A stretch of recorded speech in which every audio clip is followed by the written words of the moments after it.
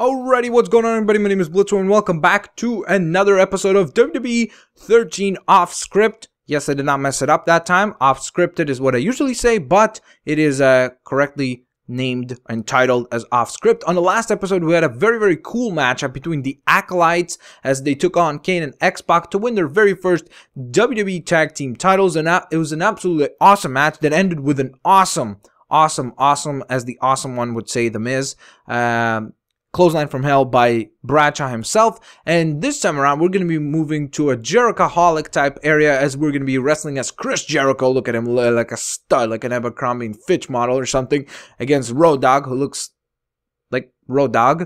Not much to say about him, but this is going to be quite an interesting matchup. It's going to be taking place on SmackDown in August 26, 1999, as Chris Jericho is going to go one-on-one with Road Dogg, his in-ring debut for WWE, or WWF at the time, in Kansas City.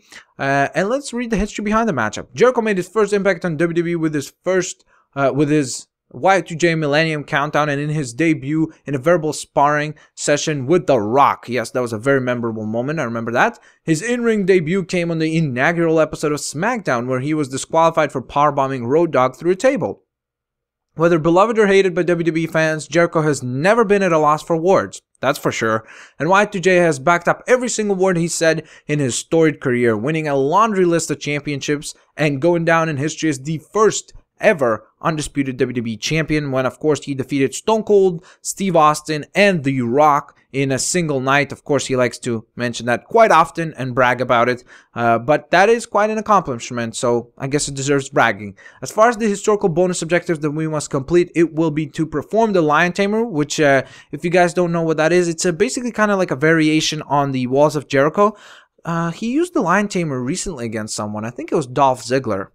So I think was it Dolph or was it Punk? It was either Punk or Dolph when he returned. He used the Lion Tamer. I think it was Dolph Ziggler. I'm pretty sure. Let me know in the comment section below if you know for sure. And then the other thing that we must do is perform a powerbomb as a finisher and send Road Dogg through a normal table to get DQ'd in 5 minutes or less. So we've got a time constraint on this particular episode, so that definitely makes it much more difficult in terms of how fast we must work and how quickly we must make sure that we are dealing damage. So those are always interesting. Those are definitely hard. Oh god, look at that. I just hit him with a knee to the face as I was going for a crossbody. I don't think I've ever seen that. That could be kind of a cool move. Someone should use that as a springboard, like knee to the face. Boom. If you could develop a safe way of performing that move without, you know, actually knocking someone out every time. So maybe they could do that, I wonder. Wonder if they could actually pull that off. That'd be kind of interesting to see, because that definitely sounds like a cool move. I'd want to see that. Okay, so oh god, big back body drop on the outside, and he's at the 5 count. We got to slide back in, deliver a nice little lockup over here. I definitely want to be doing a lot of damage, because basically we got to store up 2 whole finishers, which is quite a bunch of work actually. You know, to get a Lion Tamer and then follow that up with of course another finisher with the power bomb through a normal table. So we definitely have our work cut out for us. Alright, here we go. My goodness. And he still presenting a challenge, of course. Like always, the game is not going to be easy. You see that? Look at that. Reversal. But what I wanted to discuss on today's episode was actually Chris Jericho, and kind of how I found his last return very odd. And then there's another little point in terms of in-ring chemistry, but we'll start with this. And basically, I find that Chris Jericho is a very weird performer in terms of not that he's like a strange guy or anything like that, but in the sense that he's a guy that seems to have a lot of success outside the ring. I mean, he's got Fozzy and Dancing with the Stars and all these other things that he seems to be successful at. One of the very few wrestlers that are able to be successful outside the wrestling business. So I always find that admiring. But on the other hand, what I find strange is that it seems like almost no one really either understands or quite appreciates just how good he really is. Because to me, it was most apparent, especially when he returned right here in 2012 against Punk, when it seemed like almost the crowd did not quite understand how good Chris Jericho is or what it is that makes him him. So I found that very kind of interesting how, you know, there's guys like Shawn Michaels, who he often compares himself to, and Michaels compares Jericho to, who, you know, he's able to, for some reason, connect with the public and the crowd, but for some reason it seems like Jericho is unable to pull that off. So I find that a little weird. My goodness, what the hell is going on? Why can't I hit him a lot? There we go. This is not going well. I still need 2 finishers against this guy, so it's like, could be going much better, definitely. Here we go, starting to pull some suplexes. But yeah, I found that very weird when he returned this time around, that he couldn't seem to actually like get the ball rolling, or I don't know, maybe it was just a case of like the WWE not investing enough time in explaining to the new fans who Jericho is, as he's going for triple power bombs that Ryback now often uses. He used that on CM Punk, I believe, right? So was it in the Hell in a Cell match, or what was it? I forgot.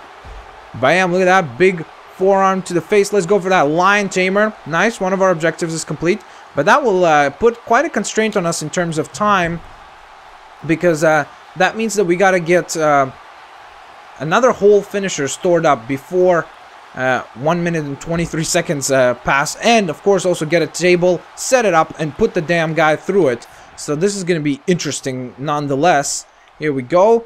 Go for a big neck breaker here. Let's go to the top rope. I think that'll be kind of boosting a lot towards our finisher, so that's good. Let's pick him up.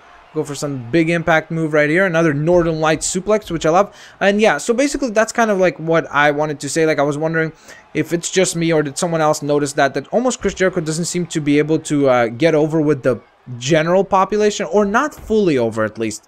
And he's definitely popular within the regular crowd, so there's no doubts about that. I think no one can make the argument that he isn't popular with us, like the actual like hardcore wrestling fans. But with the general crowd, I feel like he almost sometimes is kind of like people are like, hey, why is this guy in the main event again?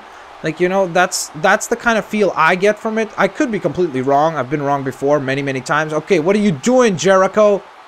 I need you to grab a table, not mess around. Oh god, here we go. I gotta kick him and then put him in the powerbomb. Hey, get over here. I gotta walk you over here now. Okay, here we go. No. There we go. Perfect. Yes, I did it. Awesome. Whew, I almost failed. Did you see the time there? That was very close. Almost too close for comfort. But there it is. The big powerbomb delivery right on the outside, as Chris Jericho is able to defeat the Road Dogg. And there you go. That's very cool. You get the undisputed title, which is awesome. I love that belt.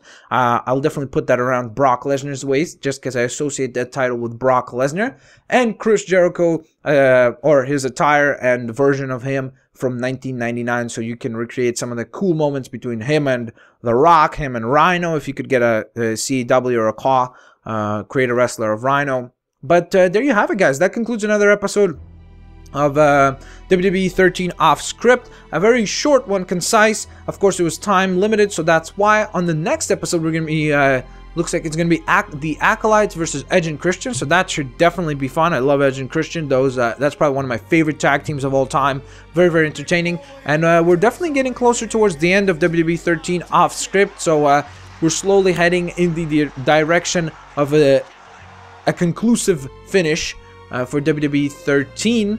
But if you guys enjoyed this episode, please hit that like button. That would be greatly appreciated. Of course, you could also subscribe, and if you could please maybe favorite the video, and of course share it with someone. That would be greatly appreciated, guys. Thanks a lot for watching, and of course in the comment section below you can always leave suggestions, comments, and opinions, such as let's say, what was your opinion of Chris Jericho's debut in the Millennium? Were you surprised? Were you too young to actually watch it? Have you watched it since? What did you think of it? Put all that good stuff in the comment section below, and we could all discuss it along and have a cool little wrestling conversation going on a regular basis. I'll catch you guys next time. Peace out, and I'll see ya laters.